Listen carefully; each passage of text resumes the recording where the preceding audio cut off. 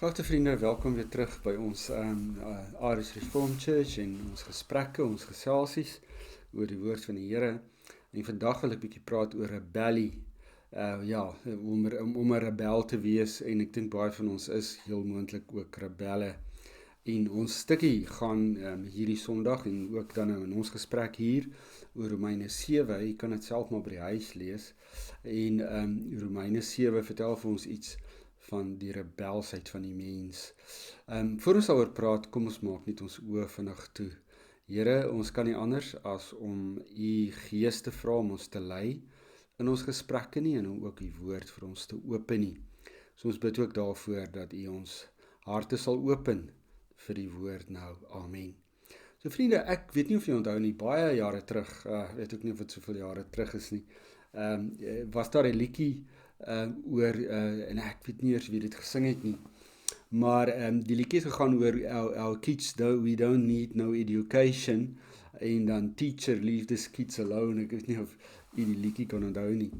Daai liedjie het absoluut gegaan oor rebellie teen alle regulasies en wette en eintlik maar net goeie optrede, gedissiplineerde optrede. En natuurlik, dit is seker oor die hele wêreld nog steeds vandag, is die hele ding aan die gang om 'n rebellie teen alle moraliteit, teen etiek, teen goeie optrede. Ongelukkig is dit die tyd waarin ons leef. Alle mense is eintlik maar in hulle harte rebels en wil nie onder wette en regulasies staan nie. Hulle wil maak soos hulle wil, en dit weet ons natuurlik is chaos. Ons sien dit oral in die wêreld wat dit so gaan, as dit chaos. En dis waaroor Paulus praat. Paulus sê, as ons 'n wet het, sal ons daarteen rebelleer.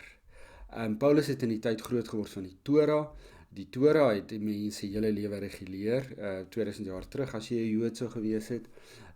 Daar was natuurlik die reinigingsrituele, daar was die koskook, hoe jy dit moet doen, daar was wette wat jou verhoudings met jou familie en jou gemeenskap hanteer het, jou finansiële toestand hanteer het, en natuurlik ook wette wat jou verhouding met God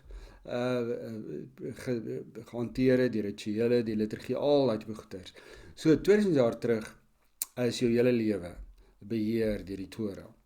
En natuurlik was daar baie duidelik ook daarteen rebellie, en selfs het die Here Jesus met sekere wette van sy tyd nie saamgestem nie, en hy het dit openlik gesê, alhoewel hy ook gesê het, hy het nie gekom om die wette vernietig nie, maar uiteindelik gekom om die wette vervul.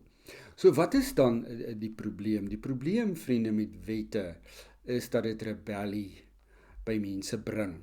Die oomblik as jy weet, jy mag nie dit doen nie, dan wil jy dit eintlik doen, en ons sien dit natuurlik by baie kinders, en omdat ek 'n deeltydse skoolbusbestuurder is, kan ek dit maar op die skoolbus sien. As jy vir kinders sê, julle moet stil sit en hulle mag nie rondloop nie, dan wil hulle natuurlik nou rondloop. As jy vir hulle sê, hulle mag nie goed rondgooi nie, mekaar gooi nie, dan wil hulle dit doen. So dis daai ingebore ding in 'n mens, dat jy in rebellie is, teen wette, teen regulasies. Ons wil dit nie doen nie, ons wil ons eie vryheid hê, en dis die probleem. Want onthou, ons is op die pad van heiligmaking. Ons groei al meer na Christus toe. Maar ons het 'n wet in ons, en Paulus sê baie duidelik, hy vertel vir ons daarvan, vertel hy vir ons in Romeine 7. Hy sê, ek verstaan nie my eie optrede nie, in vers 15, wat ek wil, doen ek nie, maar juist wat ek haat, dit doen ek. En dis waar die mens se rebelsheid dan vandaan kom. Dis maar 'n deel van ons menswees. Wat is die verandering? Wat kan dit verander? Dit kan verander as die Heilige Gees in jou hart woon. So as Jesus Christus jou transformeer en jou verander, dan kom dinge uit die hart uit. Dis die ideaal.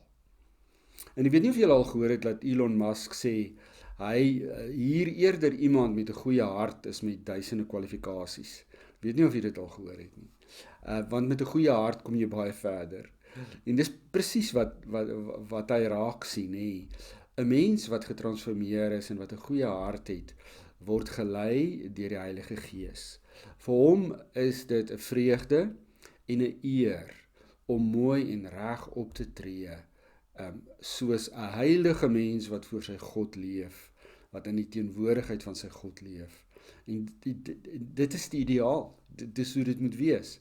En daarom sê Paulus, hoe kom ons uit hierdie moeilike situasie uit en hy sê self, daar's rebelsheid in hom ook, om die lelike te doen. En dit sien ons in vers 24. Vers 24 staan daar, elendige mens, wat ek is, wie sal my tog red uit hierdie doodsbestaan? Hy noem hierdie stryd wat ons het, 'n doodsbestaan, hè? En dan sê hy aan God die dank, deur Jesus Christus ons Here. Wat Paulus sê, vriende, daar's geen ander manier om 'n goeie mens in hierdie lewe te wees, wat uit sy hart uit reg optree, as om by Jesus Christus te wees. Dit is die enigste manier. Alleen deur Jesus Christus, deur sy transformerende werk in ons harte, deur die instorting van die Heilige Gees, kan ons volg, kan ons loop op die pad van heiligmaking, kan ons groei. Kan ons plek vol staan in hierdie wêreld, kan ons regtig die sout van die aarde, die lig wees, kan ons deeltjie doen in hierdie wêreld, want dan kom dit uit die hart uit, die goedheid kom uit die hart uit, alleen deur Jesus Christus, geen ander manier nie. As jy sukkel met die rebellie in jou hart, vriende, die Here Jesus Christus alleen kan jou verander deur sy Heilige Gees, op jou knieë in afhanklikheid van hom. Amen. Here, dankie dat ons hierdie woord kan leer, dat ons die verandering kom in ons harte deur U, wat U Gees in ons harte instort. Amen.